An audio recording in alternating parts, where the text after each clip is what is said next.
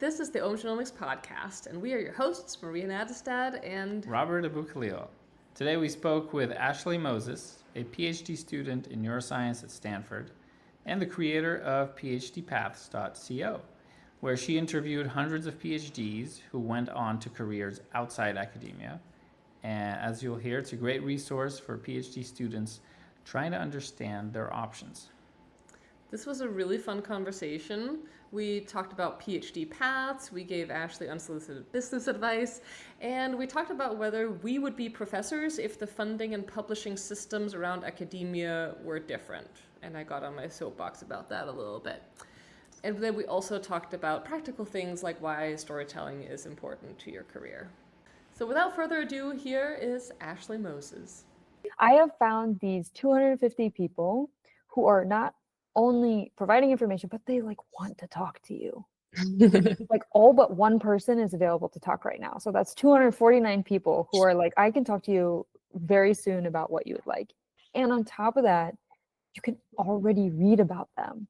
So I don't know about you guys, but it makes me very anxious to hop into a conversation and know nothing about the person. I like to prepare. I like to know a little bit of something to build rapport. And if you say, hey, Viveka, I really appreciated how you talked about wanting a career that's focused on impact. I'm also really hoping for impact with my career. I was hoping that we could chat. I found you through the PhD Pass database. Boom, you've got a networking setup, a networking event set up that could potentially lead to a career. So this resource is meant to help folks find what they want to do, but then when they're ready to act on it, it's a launch pad for actually potentially getting a referral or having someone help you with your resume or a connection to somebody who could give you a job, right? I think the benefits are endless, but I'm very biased, so that's where we're at. That's amazing. Have you used the database yourself to learn what you want to do after your PhD? Oh, totally. Or are you just staying in academia? Because that would be hilarious. Yeah. If you became a professor after this. That would be so funny, actually. All of the things I've ever put on the internet would just be void, essentially. I talk so much about leaving academia. My headline on LinkedIn is helping other people find careers outside of academia. So this is really embarrassing. So no, I do not want to be a professor. And I realized that right after I got into graduate school, actually, I signed the dotted line for Stanford and then was oh no, oh shoot, what's next? What do we want to do? Oh God, we got to figure this out. So this journey or this resource has helped me in my own journey in a couple points. The first one, which I may or may not have already mentioned, I probably have, is the emotional side of things. So realizing that leaving academia is not a failure, it's actually my own choice, and it's a beautiful choice, and I'm not alone in that choice. It's really great. I'm also not alone in the reasons why I want to leave, which is cool, right? I'm not crazy for thinking certain things aren't perfect. It's not a me thing, it's a environment thing. And that's totally cool. And that's been magical. When I go through all these interviews, there are so many times I highlight the transcript and just keep it in bright blue on my Google Doc to make sure I always remember those quotes. So that's been really wonderful. As far as finding my own career, I kind of sort of knew a little bit going into it, a few paths I was interested in. So I was interested in entrepreneurship, science communication, consulting, and then writing. Potentially, I guess that's science communication, and policy. And so I think through reading these and hearing about the different schedules that people do and the different things that they like about their job, I think right now I'm pursuing the entrepreneurial path. So being able to work on a bunch of different problems and have autonomy and flexibility and creativity while at the same time doing a little bit of everything that just kind of fits with my personality. Same with presenting skills and communication skills. I love doing it. I like the PhD lab meeting presentation probably more than doing the research itself, but don't tell my PI I said that. Although I'm sure he probably can tell. So I think that has fit that path pretty well. But I think if I ever needed if I ever want to try another one, I've got 250 people that I can reach out to. So, That's Yeah. amazing. but no, not a professor, although that would be so fun. What's been your experience of grad school? I think it's been an adventure. There are definitely a lot of things you learn outside of just like doing the research, I think, like whether it's your own, like, what do you want to do when you grow up, right? Or even if it's just, where's the saline, right? There are so many different things beyond just like doing the research that I think takes, a decent amount of the PhD. And then for me, I spend a lot of time doing things beyond my research as well. So I think just you're like who told it? Somebody told it to me, and I really related. It's just like you suck at a lot of things at once. Like you start graduate school and you're just terrible. You're just really bad at a lot of things. Not that you don't have the skills, but you're meant to be bad. Like you have to start somewhere. Same with like projects outside of your PhD, right? You have to start somewhere. So I think for the first 2.5 years of my PhD, I just really sucked at a lot of things. And now I'm in my third year. I'm about to start my fourth year, and my chest is just puffed up. I know how to do things. I know where the saline is ×2, right? Like, I think feeling that progress has been something really beautiful for me, at least now. Techniques that I've only dreamed of doing, I now do on a regular basis and now help other people do. So I think that's been cool to look back on and see where I'm at currently. Do you feel like if you were then dropped in another situation like that, you would now be better prepared to go through it again? Totally, at least emotionally, for sure. Yeah. Like just to be able to have the foresight of like, all right, dude, you've been here before in this like video game level, right? Like you can do this again, and you don't need to be so stressed about the fact that you know nothing. And so I think I could do it again. But I see that in the younger students too. Like they will go through a sort of emotional, like we have a lot of emotional similarities in the path, in a good way. And then we all make it out, right? Everybody, you end up making it out. So I'm in a spot where I feel like things are starting to click a little bit. I think that's really like the part of the benefit of doing a PhD is that you learn to be on your own and to be thrown in the deep end and just figure it out and figure out how to figure it out yourself, or how to find the resources you need and get the help you need, or just like work through it like emotionally, like you said too. I think that's a major difference we've seen in industry as we meet people who are coming in from college versus from a PhD. That once you've done a PhD, they're even compared to someone who's been, say, a software engineer for a few years, even the same number of years as the PhD took, the PhD person is often more resourceful and more comfortable with uncertainty. Sure. Yeah, and they also tend to take a lot of initiative. So like if they see a problem, they will start working on how to fix it, instead of being, well, this is a problem, let's move on to the Right. what I'm comment on the assigned. bug and go to the next bug. Right. Yeah, absolutely. I think we love it, right? I think maybe you just develop this sort of confidence in your PhD that eventually it's like, oh, that's a really hard problem. Like I was bred for this, right? Like this is wonderful. this is my jam. So and that's cool to hear that PhDs in your space are succeeding in industry setting. It's a different type of beast, this PhD thing. I'm really interested. I wish I did like a video log or something, like day 379, like how are you feeling, right? And then you can just like play it back. But I didn't have the preparation for that. But that would be cool. I'm excited to see where we end up at the end of this. Yeah. Yeah, the only thing I was logging at the beginning was like the number of cups of tea I was drinking. I remember I just had a post-it with That's just like hilarious. tally marks, and it was a lot. So like a month ago, you wrote a post on LinkedIn about it, and you said it got 6,500 likes. Yeah, That's crazy. Yeah. that's wild. I've never seen something have this many likes for a post about something scientific related. Sure. And that was actually the second one. So not to, I guess, to PhD pass horn too much, but the first one was all the way in September, and that one got I think 4,000 engagements of sorts. And then this one, which was just the second one, and I was like, I'm just gonna send it out again because I could use some help. I could use some more people being involved.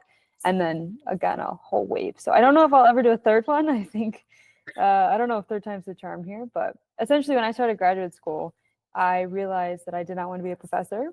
And this sort of academic goal that I had been working towards for like 10 years, ever since high school, just fell through the cracks. And I was like, oh no, what am I supposed to do? Especially as someone who's very goal oriented. It's like, what do I work towards now? And so obviously you can work towards a PhD, but for me, I wanted something beyond that, right? What's my plan after that? So I was just Googling and Googling and Googling and all the Googling of what can I do with my PhD, right? That's just what you type in constantly. And I just got a lot of titles of jobs, right? You could be a medical science liaison, you could be a data analyst, you could stay at the bench, you could do whatever you want, really. But there are all these different options. And I wanted more, nuance, more granularity, right? How do I get from PhD to medical science liaison? Or what if I'm freaking out that I don't want to be a professor? How do I do that at the same time? How do I freak out? Is anybody else freaking out? What do I need a fellowship? Do I need an internship? Like, how do I write a resume? What is networking? Like all these sorts of things I just had absolutely no idea about. And so I thought it would be really cool to just gather all these interviews from people. And I'd see something similar in a businessy sense, like kind of interviewing business founders. It's like, we need this for PhDs. And then I just kept asking everybody under the sun, like, would you like to be a part of this? And people were really excited because they wanted this when they were transitioning to industry. So the support has been fantastic. And then I shared all those interviews in the database with folks, and people just seemed to really like it. And here we are, almost 300 interviews later. And I started by launching 25 or 50, I don't remember. It's been an adventure since about September, so I'm pretty excited about it. Wow. So tell us more about the beginning, like your own origin story, because you said something about that in high school you had the dream of being an academic, right? Being a professor. Yeah. And it fell through. How did it fall through? Sure. So I knew I really liked science. I knew I really liked teaching, and I found out about neuroscience in high school. I was like, that's exactly what I want to do. Brain plus behavior sounds perfect. And then I realized that there was a job where you could study brain and behavior and teach at the same time, like for perpetuity. And I was like, that sounds cool. That sounds right up my alley. And so I was just kind of on the path towards professor for science and teaching at the same time. I think once I got into the academic setting a little bit more, through college, I did more research for all my 4 years of college. I did 2 years of research here at Stanford before graduate school, and then I hopped into graduate school. I think I just started seeing some of the less glamorous aspects of being a professor. There's a little bit of politics. There's stress about funding. There's this publish or perish mindset. And I didn't really like any of those things. And I didn't want to have my work driven by those sorts of cultural aspects that are within academia. And then secondly, I really wanted more impact, and this is something I hear from PhDs all the time, but I was reading a paper in a field adjacent to mine, and I was like, I should understand this. This is molecular neuroscience. I do behavioral neuroscience, right? It's really close. I should be able to get it. And I knew absolutely nothing going on in that paper. It took me hours to understand what was happening. And then I just thought about handing that paper to my mom or my brother or my grandma. And they would just be like, thanks for this piece of paper. I have no idea what I'm going to do with it. I'm just going to toss it in the trash, or I'm going to use it to like clean up the water on the table. And I just realized that's years and years of work. That's like 4 years of work. Like my PhD paper should be thrown in the trash if I give it to like my grandparents or whatever, because it doesn't really apply. And so I think from there, I just moved towards different trajectories that would allow me to have a little bit more real world impact. Is this why you apparently started a nonprofit? Yes, Really? I For did start a nonprofit. education? Yes, yeah, that's exactly why I did it. So I started a nonprofit right when I started graduate school, about right around then, to help researchers translate their work in a way that makes sense. So about a high school reading level. So it's called The Civilian. And so we've been operating for a couple years now. helping researchers from just all over the world, all different countries, a bunch of different places. It's been super cool, a bunch of different niches of research, just to make their work make sense. So they come to us, they've recently published a paper, we write up a lay summary, which is about 1 to 2 pages maybe, and then we just work to educate those researchers on how to make it understandable. So that's been sort of the manifestation of my qualm with the accessibility of research publications. That's awesome. And do you see similarities in like the skills you need to take a complex piece of paper, summarize it to a lay audience, and the skills a PhD needs to explain to, let's say, a potential employer, here's what I did, without like going down to like GABA receptor level detail? Totally. There are a few things that are super important, and one of them is focusing on relevance, like why you did something.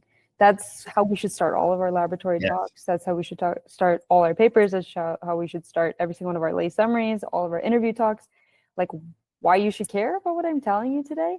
And I think a lot of times scientists fall into like this is just really cool, or this built off something from like 30 years ago that you will never understand. And it's also really cool, right? But instead, when you connect it to like why it matters, I think that's something I find researchers forgetting a lot, is the relevance of it. So that's something we focus on a lot. And then not saying everything. So this is something that I had to work on in my PhD. Literally, strategic communication is probably the #1 skill I have had to learn in my PhD, because I would present every paper I'd ever read on the topic, and I would present it to an advisor or in a lab meeting and expect everybody to be like, this is what you should do. This is amazing. Thank you for giving us 40 papers. I really appreciate it.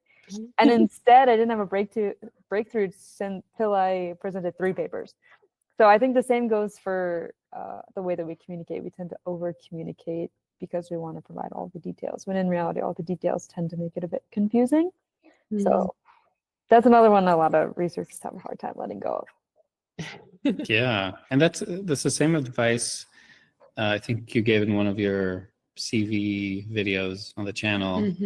Is like, don't just say I built whatever using whatever language. Why'd you build it? Like, what problem were you trying to solve? That's often the question. Like, what problem are you trying to solve is often the question that probably like hiring managers end up having to ask people. And they shouldn't have to. It should be clear. Yeah. And it helps if you tell the story of how you figured out there was a problem to be solved in the first place, because Oh my goodness. then that shows that you are the one who discovered the need for the thing you built, which is a meta skill that's incredibly important. It's not just, oh, I can build a dashboard. It's, oh, I noticed that our metrics were easy to cheat on, so I developed new metrics and built the dashboard so that the team could understand how to work towards the metrics that matter. Totally. And that improves performance downstream, right? So like that's a very different thing from I built a dashboard in Altair. Yeah, context is just so important, and also the ability to tell stories. Like we're all humans. We're all, I think it's the same with PhD paths. It's the same with research. It's just or with the civilian, the nonprofit. These stories they matter. They're what connect us all. So whether you're trying to get a job or you're really just talking to somebody at a poster or something like that, these stories are crucial. Yeah. I'm really curious. So you were talking about the impact of the research, right? Like, oh, it's just a piece of paper. Lay people don't understand it. I guess I would challenge a little bit that they're not really meant for lay people to understand. They're meant to like drive the scientific field forward. Though I totally take your point that it should be understandable, at least to people within the field. They should also be able to understand it and incorporate it and be like, oh, this is the new thing in this paper, that they're challenging the previous paradigm, and we need to think about whether there are additional experiments to be done to see if they are right or if the old paradigm was right, and things like that. So storytelling is absolutely still important there. But yeah, like where do you see the impact of academic science, even in a world in which my mom can't understand my research papers? Sure, and I totally agree with you that those research papers are, primarily meant for other scientists. But I think we could incorporate a lay summary, right, with those publications, right? Like if you're interested, or if you came across this because you think it would be really cool to hear about chickens, right? Then like maybe there's this lay summary that's attached in some way for folks to read it, or a lay abstract or something. So I think there are ways to make it more accessible. I think about that a lot in the way that we talk about science these days, you know, and the kind of the social view of science, and having people be able to understand what's going on, or maybe understand why we proved ourselves incorrect, or we are still so confused, right? Like these are things that are so core to science, being able to say, I don't know. And I think right now saying I don't know can be sometimes dangerous, or like it can make people frustrated or something like that. So that's just why I'm sort of viewing accessibility in that way. But the impact of science is obviously, you know, I believe in it. That's why I'm still here. That's why I'm still doing it. I think it's magical. And I take a very basic approach to science. So there's less of a connection to like humans and patients, but that's by choice, just because I get to show up every day and be so jazzed about whatever the heck is going on in this mouse brain. I'm just really excited about it. And I think there's potential for future impact. So I don't want to say academic science does not drive impact by any means. It's just I think I wanted it at a different time scale and on a different human to human interaction level, if that makes sense. Yeah, I think it's super important that we make our research, and especially why we're doing it, more understandable. Somebody's going to find a paper and it's going to sound silly unless we like explain up front why it's necessary. It is a little silly. Like I know people who shoot light into mouse brains to increase mating behavior. That's weird. That's a little weird. But if you really understand sort of the brain circuitry underneath it all, it's really cool. I just think like teaching researchers these communication skills is so important, because those skills, whether it's like writing a lay summary or giving a good lab meeting, they're not just those two things. They go home with you. They go to your grocery store. They go to your churches. They go to your sporting events, like whatever it is, you know, like you need to be able to talk about what you do in a way that doesn't make people like confused. So that was the impetus behind this whole thing. So I appreciate you asking about it. You know what I wish I had? No. I wish I had a software that could let me make a Circos plot in just a few minutes without having to code anything, and it would run in my browser. Well, did you know that we made one? We did? We did! Wow, where can I find it? You can find it at circa.omgenomics.com. I'm curious about how it feels like to be a PhD student today and thinking about industry. Because I remember when we were in grad school, just 10 years ago, apparently, it wasn't like a terrible thing that you said you were going in industry, but it was still a little taboo and not necessarily something that you would shout from a rooftop necessarily. In the more recent PhDs that you've interviewed, do you sense this is still there, or is it just gone now? Yeah, I think there's still difficulty, and so I don't think it's gone. It's definitely not gone. I think it depends tremendously on who your advisor is, right? Like what laboratory you're in, what's your sort of like micro environment, and then also when you sort of spread out in your environments, right? Your university, and then maybe even like, I don't know if your state matters or whatever. I'm getting too broad at these levels, but it's pretty much just like department and university beyond your laboratory. So I think it's very advisor specific. So I made a point coming into my PhD to be straight up. I don't want to be a professor, so we need to make a plan. I will have different goals than the person coming after me who wants to be a professor, etc. But that's also just my personality. I think it depends also the circles you surround yourself with. So I know plenty of students in this rising class who they're talking about things like consulting, or they're talking about things like biotech. They're talking about things like marketing and science in the world and all these sorts of things, policy, right? So I'm in an environment where there's quite a few people who are thinking about other things, but that's obviously not always the case. I think if you're on LinkedIn, that's a good place for people to be if you don't want to be a professor, right? There's a lot of people speaking up about that things that you can do outside of academia. And so that's been very beautiful for me. So when you ask me how it's been to be a PhD, I feel exceedingly supported, probably because of that community that's online as well as the people that are in my life here. But I've heard professors that I admire say that, you know, there's a student who did his PhD at Stanford, went on to be a fellow at Harvard, and now is on the faculty track interviewing at Stanford. And he's one of the only successful graduate students to come through the program. And I think hearing that as a student is like, that just broke my heart a little bit, you know, because like I'm not quitting just because I don't want to be a professor. I'm actually like actively seeking other positions just because it doesn't fit with what I want to do. And I think a lot of the PhDs I've talked to express an identity shift that has to happen, because a lot of them have invested so much time in the professor thing, and a lot of them have been told it is failing, but they're just, a lot of them are also just called to other careers, and I think that should be more celebrated. Yeah. But for you two, it was a different ballgame. I mean, 10 years ago, how are you seeing the culture different now than when you were in graduate school? I guess back then, it's interesting. So your answer reminded me that during my PhD, I actually had 2 advisors, which is generally speaking a terrible idea. Maybe we should, that's a separate Probably a bad idea. discussion. For you too, but- I also have 2 advisors, so I'm happy to have this conversation at some point. Oh, okay, great.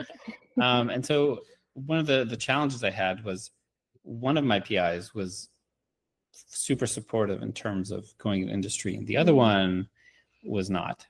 And so it became this kind of weird thing where I didn't necessarily tell one about all the things I was working on, which is not a great position to be in.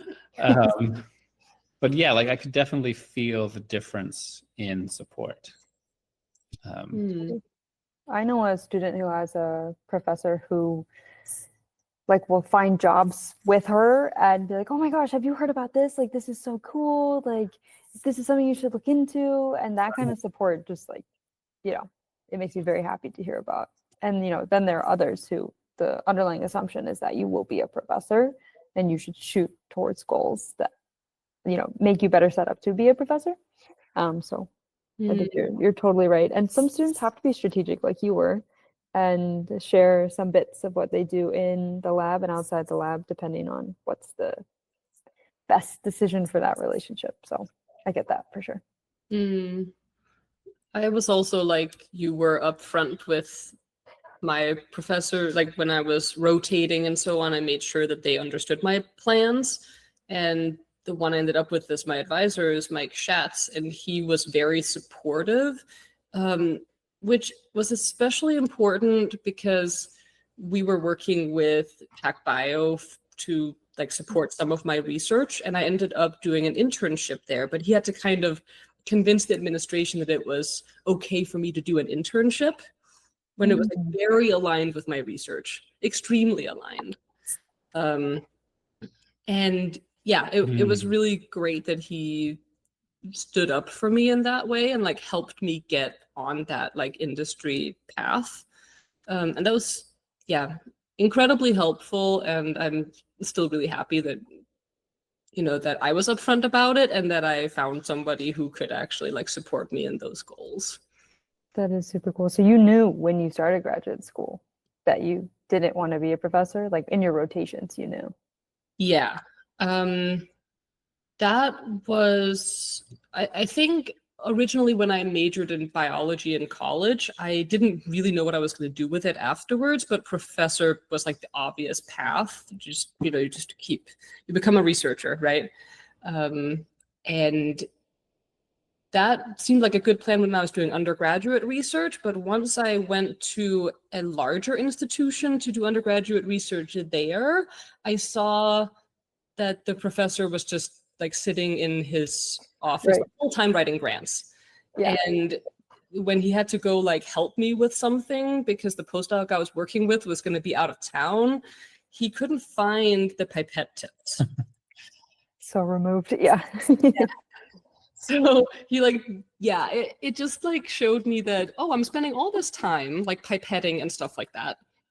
And like I'm doing all this like fairly repetitive manual labor now, which I will not be doing once I'm a professor. I'm instead going to be stuck in a room just writing grants. I don't like either of those two things, either the repetitive work or the just grant writing for the sake of grant writing. And yeah, like so that was the point at which I decided not to pursue that. But that experience also made me question if I even wanted to be a biologist, right? Wow. And that was when I moved into bioinformatics, like added computer science to my repertoire and stuff, and almost became just a computer scientist instead, but kind of found that there was an intersection. And it was only by finding that I was even able to stay a scientist at all, because I was able to move away from the lab and towards something that could be automated. Like I could be the one automating it instead of doing repetitive tasks myself, which for some reason just I didn't find that personally interesting. Yeah, so that was kind of my story. A lot of PhDs are not super stoked about the grant thing. No. So I think it totally makes sense that you sort of had that experience. It checks out with a few folks that I've talked to. They're just like, I didn't feel like writing grants a lot. Yeah. And some people really jive with that. And that's cool. I think the thing I just want to encourage is that people do sort of what you did, which is like, what do I like to do? What do I want to spend my days doing? And oh, wait, that doesn't really align with this professor thing. And that's okay, because I should do what I like doing, kind of thing. The reflection is super important, and maybe sometimes not everybody takes the time for that. Yeah, that was one thing I pulled out when I was taking notes on some of the interviews you had done. The thing that really stood out to me was people saying things like, I just don't want to like be writing grants all the time. And I had the thought that like, I think for me, it's not the grant writing that's the problem. It's the fact that most of the grants are going to fail. And you just have to keep going and going and going and just like writing more grants. And that also skews what you plan to research, because you have to try to write a grant in such a way that the thing you are researching is palatable to the people reviewing the grants. And that seems a lot less of a pure scientific or creative process. Yeah. I also like to, I like to have my work pay off. The idea that applying for something and not getting it, I think is just kind of soul crushing compared to in college, where you write a paper, you get a grade, and like you can always get a good grade as long as you work hard enough, right? It's not like somebody's going to be like, oh no, that wasn't as interesting as the professor with 20 years of experience in a lab of 50 people studying something much more predictable that we know is going to work. Yeah. I just don't want to like be in that competition with them.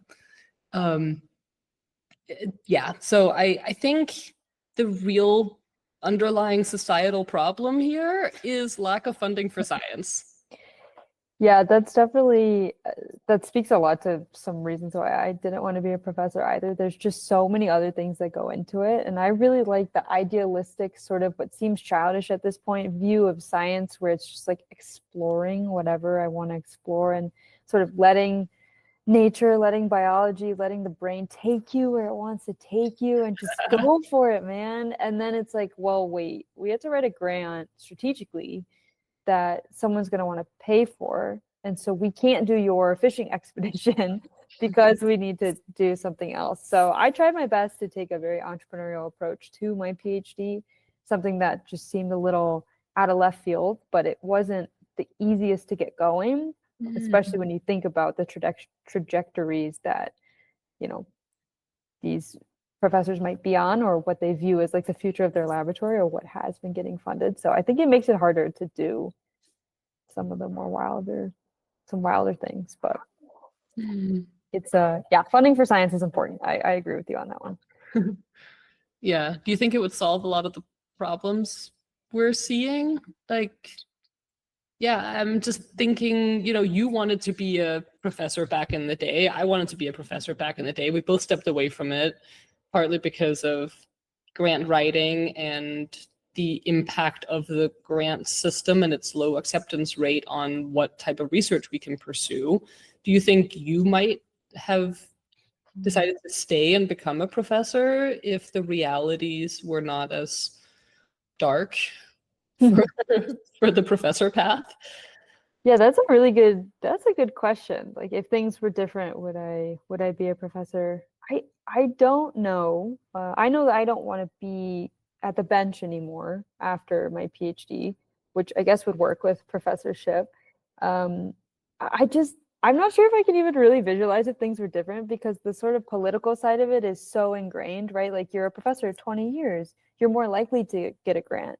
Or I once had a editor from a prominent neuroscience journal come and speak to the students, and she was touting that they do not care who submits. They really try to have a diverse set of professors coming in, and they want to hear from everybody. And she looked to the student and said, "Oh, you're in John Smith's lab? Tell him to send a paper my way. We'll take a look at it." And it was very clearly like that professor was very famous here from Stanford, and she wanted a paper from him. And I was like, this is what? And so I don't know. I have a hard time answering that question because I just, unfortunately, am jaded by the flaws. Do you think you would, if all was different, do you think you would want to be a professor? And Robert, I guess I will ask you the same thing, if you would. I guess. Ooh. Do you want to go first? Yes. Yes, if the pay was also as good as industry, Sure. Yeah. which it is not. But yeah, I think I like teaching and I like research. I like building things that people can just use for free. That's also why we have the YouTube channel and everything. I would prefer if all my work can just be open source. And I've been lucky to be able to build open source things even within industry. So that's been really nice. But yeah, I have been in particularly open researchy roles, especially my last one at Google on the Deep Variant team. With Deep Variant and Deep Consensus, those are both open source. And I really enjoyed doing that work, which was quite academic, but just with a lot more resources. For what it's worth, tons of the PhDs I've talked to mentioned the low pay as well. What did you think, Robert? Would you be a professor? I vaguely agree with what you said, that there would need to be a lot of changes to the way grants are funded. I think also to the way the journal system works. Like I prefer just writing blog posts to explain what I did. But the way the journal system works now is a bit odd, and then the pay is also not ideal. But then again, more funding might help with the pay as well. Right. Yeah, more funding for science. Because like it, in a lot of ways, being a professor is like being an entrepreneur. You have your own company, you're hiring people, you're fundraising in less exciting ways, perhaps. Your marketing, your team first. It's like, yeah, it's pretty close. And because you're doing something good for society, you get to do what you're doing, give it all away for free to society, and you get stable pay and benefits for it. And that sounds kind of ideal. Like in our company, we are, doing a lot of things like Sandbox.bio that are purely educational and like for the good of society. And we have to try to find ways to eventually make money on some of these things so we can make it sustainable. But often we're just like, could we just get a grant or something to help support the work? And should we just become I thought, should we just become academics or something to like get the funding for it? But is anybody gonna fund it? Like, I think we have so many ideas for things that we would want to do that are fundamentally good for society and are therefore not that profitable, because it's just helping scientists, and scientists can't often pay for things because of the lack of funding for science. Or Yep, yeah, we're back. that's the I thing. told you I was gonna get on the soapbox today and just like talk about like science funding the whole No, time. this is great. Mhm. Sometimes we build something and we're like, okay, can we monetize this? We could, but then like in terms of impact, it's Mhm. just so much easier to like release it more broadly. Yeah. And like that's kind of a balance you have to strike, because you need to even out the books, so to speak. Yeah. It's such a tricky question. I think this like impact or giving it away for free, but also like, paying for groceries or dog food or baby food or whatever you might need to have in your own life. So I think that's something that at least a lot of academics that I've heard from struggle with, but I think maybe people in general looking to have impact, that can also be quite difficult. So yeah. that Yeah. makes sense. And I'm glad you brought this up, because one thing I was really curious about, and I had a feeling I knew where this was going, but that's cool. You like teed it up perfectly. You're like, oh yeah, what should be free? What should not be free? How do we maximize impact? So I had a I did not talk about that because of this. I had actually forgotten. no, this is Oh, okay. completely organic. Yeah, no, we were going to ask you about this after the interview, but Right. Okay. But now I'm really curious. Sure. Right, like the whole paid Substack thing. Yeah. How's that working? Because like we're also thinking about like, how do we make something like Sandbox Bio more sustainable and long running? Is that model working out, or do people find the price point good? Like, what's your experience? Sure. Admittedly, I launched it about 2 days ago. Oh, So I can't. The Substack I've had for a while, the free version. The Mhm. paid version I just launched like June 3rd or something. So it's Okay. only been a few days. I've heard grand things about Substack if you're looking to monetize in that way.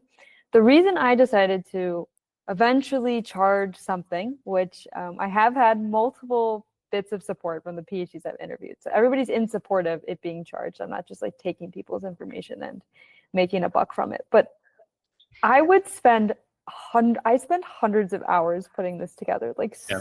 so much time, and I don't think it comes through because the original PhD Pass is like a Google sheet, and there are some Google sheets circulating the world, but the interviews in the Google sheet and the website take me so long, and I'm sitting there on my couch. It's like after a whole day of PhD, and I'm just doing these profiles and doing these profiles and doing these profiles, and I was like, oh my goodness, I want to do this forever. I think that this is really important. I love doing this. I would love to find a way for it to be sustainable, but right now, all this time I put into it, it's just really hard for me to make that work. And so that is why I have this free version, which is sort of like a freemium. Like, look, I know that some people can't pay for things, and I don't want to put a burden on any PhD student, because I myself am a PhD student and I know how tight money is. So look, you can have this.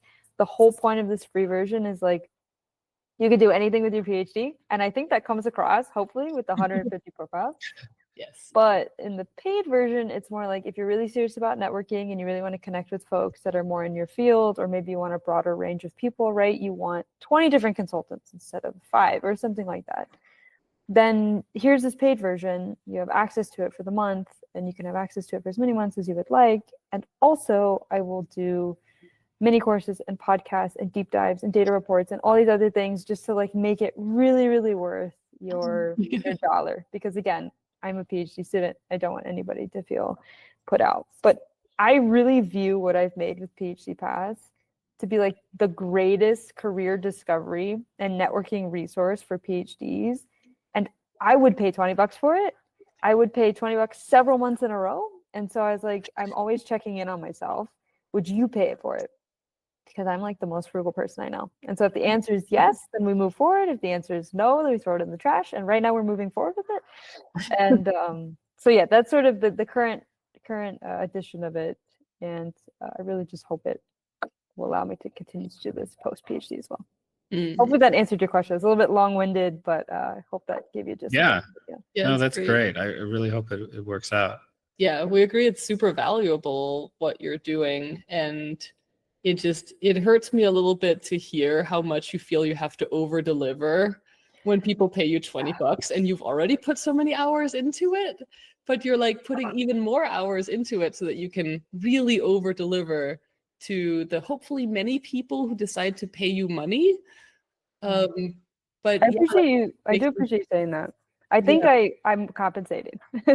for fear. It's all insecurity. It just bubbles up inside. I don't Oh, know. I feel that. Yeah. I don't know if that's an academic thing. I've heard that from a postdoc mentor of mine said that he's been very, very generous in his advice and saying like you should charge for work that you put in. And all the PhDs I talk to are like, please charge. Like you literally do so much for this. I support this wholeheartedly. I'm happy to be a part of it. Charging's not an issue. But for me, when I sit with my thoughts, I'm like, what am I doing? I'm not a salesperson. Like I'm not, I'm really just trying to be a business person, but am I? Like, should this all be free for the rest of my life? Like, and I got a puppy, actually. I got a puppy and that puppy needs dog food. And so this is not for me. This is for the puppy. Nice. I love it. And I'm sure maybe you feel similarly for the little baby that you've recently brought in, but I think I appreciate you saying that. I don't know what the final version of this project will be, but you are totally right. And then I am currently overcompensating. So I appreciate you calling me out on that. I will go think about that probably for the entire weekend. So thank you. No, this is good. This is good. I think realizing your value is one of the hardest things you can do as a human sometimes, let alone as a PhD, let alone as an entrepreneur. And I'm really just trying to figure out what my value is and if people will find that valuable too. Yeah. Yeah. I mean, this is something that I think 100% of people feel as soon as they make a product and put it online for sale. It's just like, is this thing really worth this much? Like, am I crazy? What should I even sell this? Mhm. And like one thing, just some unsolicited advice, maybe. I'm curious if you've considered a one-time payment instead of the recurring. I'm not sure which one would generate more revenue, but at least the one-time would relieve you from the pressure of, oh, I need to make one more episode, one more recurring thing. Like they need to see that they're getting new stuff. It's often the danger with membership communities. Yeah. Unless you're already going to keep interviewing people and that feeds into what you are doing. But if you have to make another mini course like all the time in order to feel like you're still giving people value that they're going to want to return the next month and the next, then unless you have something like that naturally expands over time, then I agree with the one-time payment. I don't want to use this as unsolicited business advice, but I probably will since you said it was unsolicited advice. I first want to say thank you for having this conversation with me. As you could probably tell by the way I chat about it, I'm very nervous about it. I'm very insecure about it. I never, ever, ever, ever want to overstep. And I think a lot of people have, like we mentioned at the beginning, a lot of people are really excited about the resource. I never want to let anybody down. Yeah. So those 6,500 people who responded to the second posting, and more people who saw it, like I never want them to feel like betrayed ever, ever, ever, because I really, really value that. So yes, I have thought about a one-time payment. And for me, that sounded interesting because this resource feels like a one-time payment kind of resource, so that I'm not stuck on like a hamster wheel or sort of a rat race of like, I got to do this next thing and this next thing and this next thing and this next thing. Rather, it's just like a product that you buy. Mm-hmm. The thing that made me pause was the potentially higher value dollar sign. And so if right now I have this $20, you can use it for as long as you need it. You can use it for a couple months while you're job searching. You can use it for even longer if you need to. But that one-time payment, if it has, I don't even know. I mean, if you guys have thoughts, you're welcome to share a dollar sign, whether in this podcast or beyond. But I don't even know what that would look like. And my goal is to grow PhD Pass to thousands. So right now it's at 250 people. I already have like 55 people in the queue that are ready to put their profiles into this spreadsheet. I just have to get to it. And I want this to be thousands and thousands and thousands. And so eventually the value goes up in time, with time in my mind. It's like you can have this entire sheet of thousands of interviews. I just don't know how to charge. You're talking to an academic who doesn't really know how to do any of this. So 2 hours later. We should at some point go back and talk yeah. about PhD. no, I'm enjoying talking Me about too. existential crises around entrepreneurship. It's like I've met kindred spirits.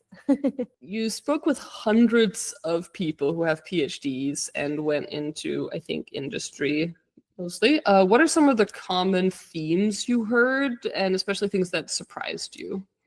Sure. Okay. Common themes about maybe like their job or even like their emotional side of things or all the above. Ooh, I'm actually interested in common themes in what they thought industry would be like, and maybe it was different.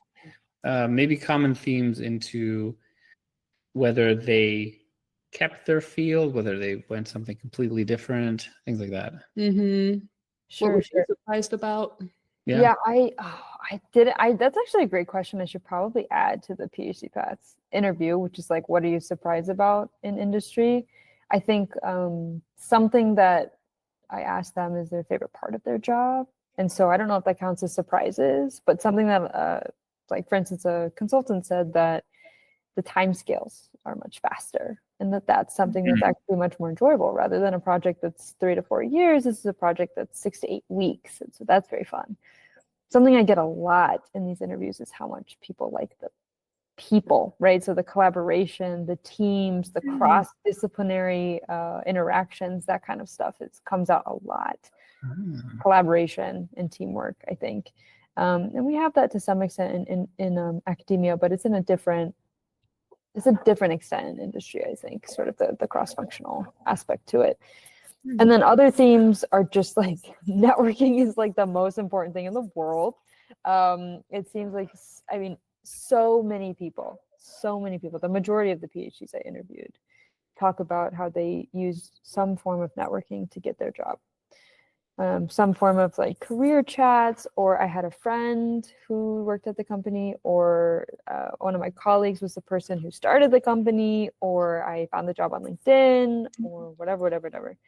Networking was by far the biggest piece of advice. And then the last thing I might say is that if you're struggling leaving academia, is you're not alone. And for me, that's what I took away the biggest from reading this, was like, oh my gosh, this person's having a hard time sort of letting go of their scientist identity, even though of course we will always be scientists, but they're letting go of that identity to some extent, especially if they leave the bench, and they're having a hard time with that, and they got through it, and they really love where they're at right now. And I think for me, that emotional side is something not a lot of people talk about. It's a lot of resumes and CVs and cover letters and even a lot of networking, but the emotional adjustment, I think, was very powerful for me. That's Yeah, awesome. that's amazing. Did you talk to any people who like stayed in academia but didn't become professors, but were more like staff scientists type? Yeah, there are a few people who sort of, their roles are in support of kind of the academic enterprise in a way. So even like a data scientist who teaches data practices for researchers. I actually, that data scientist that I interviewed, I didn't know, I don't think it clicked that he was at Stanford. And then he ended up giving a talk for my laboratory. I was like, oh, I know what job you do. And I know that I know you struggle to leave academia. And here you are. Like, it was kind of cool. So I've met a few people or I've talked to a few people like that. And I think they're still happy to be part of the sort of academic enterprise, but with different types of pressures than being a PI. And then I've met with people who have been professors like for 20 years and then stopped being professors. And a lot of those conversations are around maybe two things. One being culture, and wanting something that's a little bit different from the pressure you feel as a professor in some of the ways you talked about. And then the second one being kind of like just called to something else. I think I expected originally, because I was inappropriately biased, that a lot of people who left academia failed in some way. Maybe they like tried the job market and then it just like didn't work. But that's like the lowest percentage of people. The majority of people are either called to another career or they didn't like academia as a culture. But that first one, being called to another career, is beautiful. Like, this is great. It should be celebrated. It's like, oh, you really like doing something else and you're going to pursue it.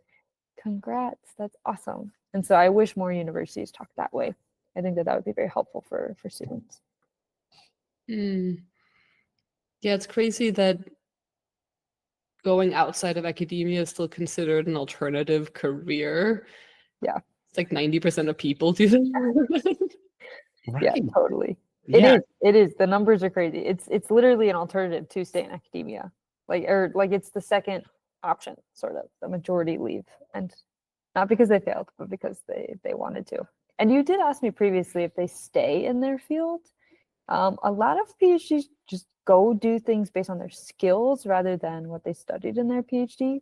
So most of the people that studied something in their PhD, whatever really cool thing they studied, I rarely see anybody continuing that work unless they've like spun it into a startup or they directly do that thing, basically. But I think it's the majority of people do something completely different.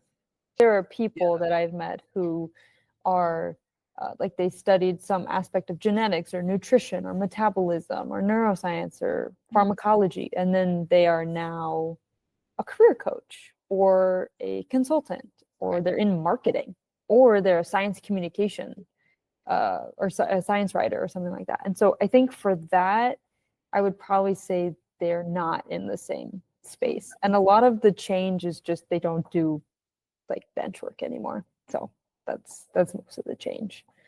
But that's been a surprise for me is I didn't know marketing was even in a space for PhDs, but I have met quite a few people who are in marketing, and I guess it makes sense because it's like trends and data and predictions and creativity and all these sorts of things that PhDs have the skills for. But anyway, I've found that to be really cool.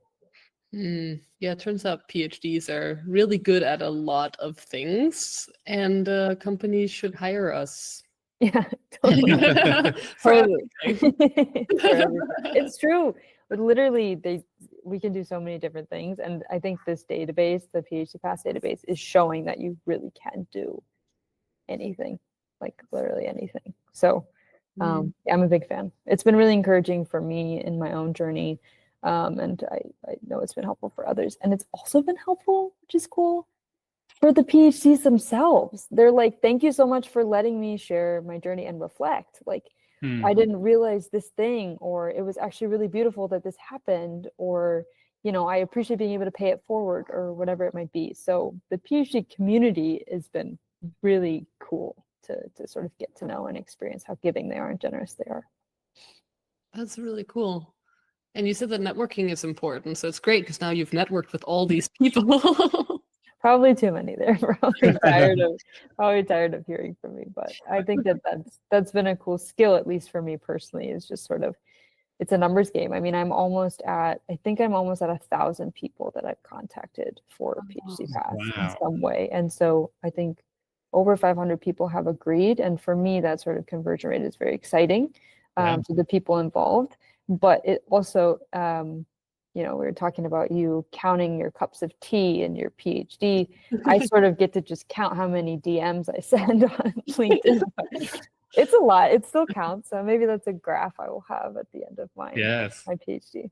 Yeah. Wow. You can wrangle the data yourself with data skills. Totally. There's a lot I have to go through, just so much. I think so many insights from these interviews, and I think I'm only starting to scratch the surface. Yeah, absolutely. So for a lot of the people who ended up taking their PhD in a totally different direction, I wonder if they would have still done, like, do they need the actual PhD or the skills they learned in the PhD? Or could they have gone into that from undergrad, basically, and, you know, not spent 5 to 7 years of their life doing a PhD first?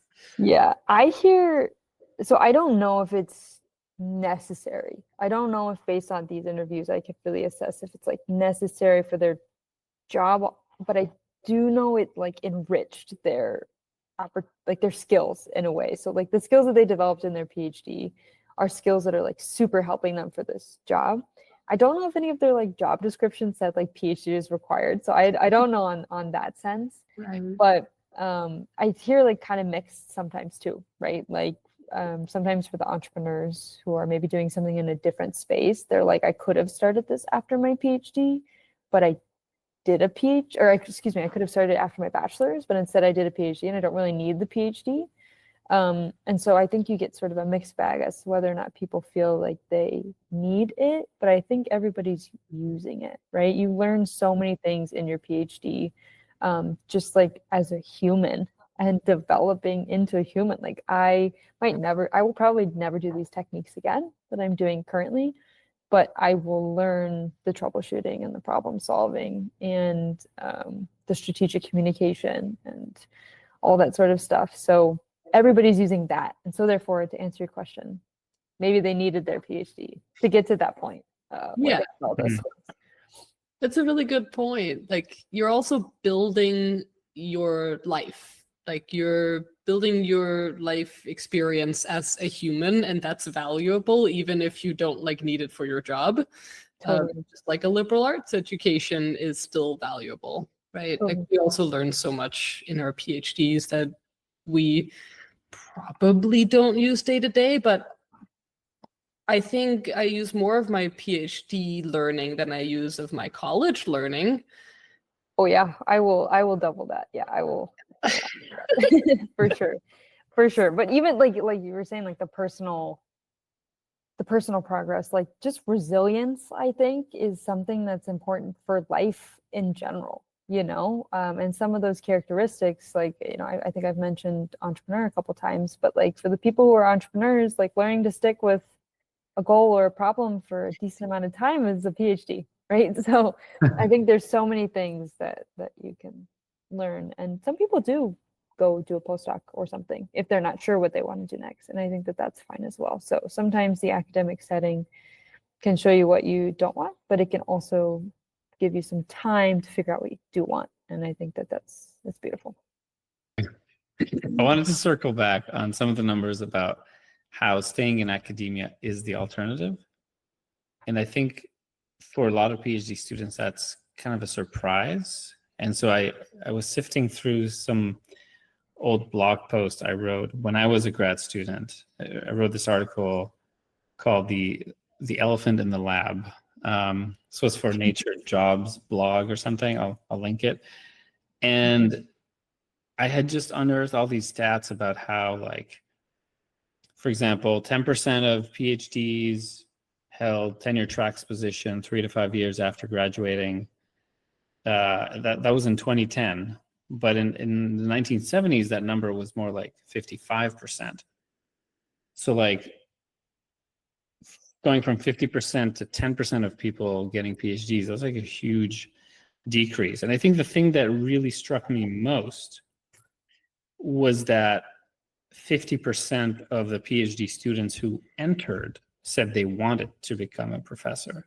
Mm-hmm. But then only like 10% of them eventually did. And so like there's this interesting question of like, well, how many of these got kind of discouraged almost by the stats? That's kind of been the typical story, but there's, like you just said, maybe through the process they actually realize what it really means to be a professor. Mm-hmm. And maybe they realize this is not actually what I want to do. So like I feel like that stat sometimes is cited, but it can reflect different conclusions. Totally. I feel like what you said about maybe the realization, at least from what I've read, is probably quite accurate. So I still have so much data to go through, so I don't have all of it, but I analyzed like some data from the first 150 profiles of the 250, and over half of the people said it had to do something with like the academic culture was why they decided to leave. So whether that's the publish or perish, the need for grants, the precarious funding, whatever that might be, it like led people to want to leave, and you only realize that by being in it, right, for the most part. And so maybe like like we were talking about, we might start graduate school wanting to be a professor. And then you realize all these tricky things about the culture and realize it's not for you. But then also the second biggest thing, which like 41% of the respondents said that is literally they just wanted another career. And I think sometimes a PhD, like I said, can give you the time to discover that. And I wonder how many people would discover it earlier if they were sort of given a more encouraging culture. So a lot of PhDs, which is one reason why I'm passionate about the PhD Paths database, is a lot of PhDs wait till really late to start figuring out what they want to do. It's like, I can't network, I can't look up things, I can't talk to people, I can't try to discover what I want to do because my research, I got to focus on my research, I got to get it done. But even just like 30 minutes a month can go a really long way. And so I wonder if some of the students you're talking about also started thinking that this is what they want to do because that's what they, that's what they knew. And then due to cultural reasons and also just introspection, realized that that's not what they wanted to do anymore. But yeah, it's definitely the alternative to be a professor, I guess. But I don't know if that's really set in for academia yet, but it should. I think you and I both said, oh, we just assumed we would become a professor because we were interested in, maybe the science, and that's just what you do. But yeah, and then you realize that there's a whole economy out there with industry that also does some of that science or does other interesting things. And yeah, I mean, thinking back, I did not know anything when I started out in my PhD, and simply being exposed to more forms of research and so on helped me understand what was even out there, what are things people do. So yeah, I think what you provide with PhD Paths is really useful because it can give that context of just, oh, here are some of the things that are options for you. Totally. Just, I feel like the options, that's what I needed to see at least. And I don't necessarily blame students for not knowing what they want to do when they start their PhD. I don't know about you, but I was so focused on just getting into graduate school that like nothing else mattered. It was really like, this is my goal. What do I need to do to get there? I will reflect when I'm 80 and we will just we'll just get there.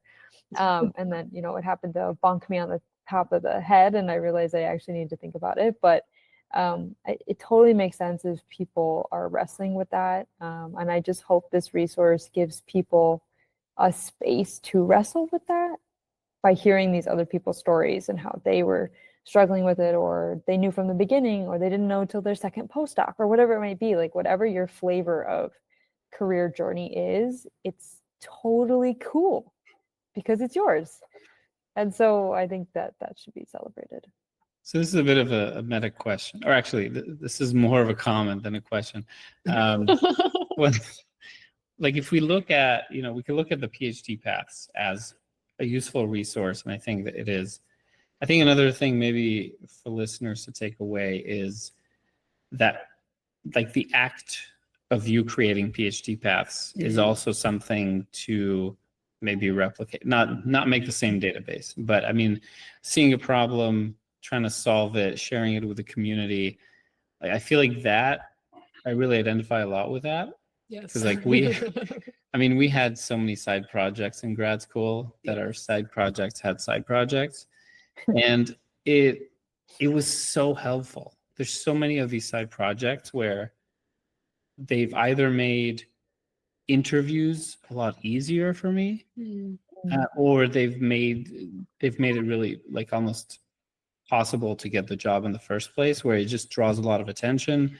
People can see that you take initiative, you can get things done, you're the kind of person they want to work with. And so that's another takeaway, I think, for me. That's cool. I appreciate you guys saying that. It definitely has been my little baby, but also babies are very tiring. I don't have one, but so I can't perfectly say babies are tiring. That's annoying. But you know what I mean. You actually know what I mean, or I've heard that they're tiring. And so I think there have been a lot of sacrifices that have come from doing this on top of the PhD. And I think it's cool that you guys have said it seems worth it. And I appreciate that.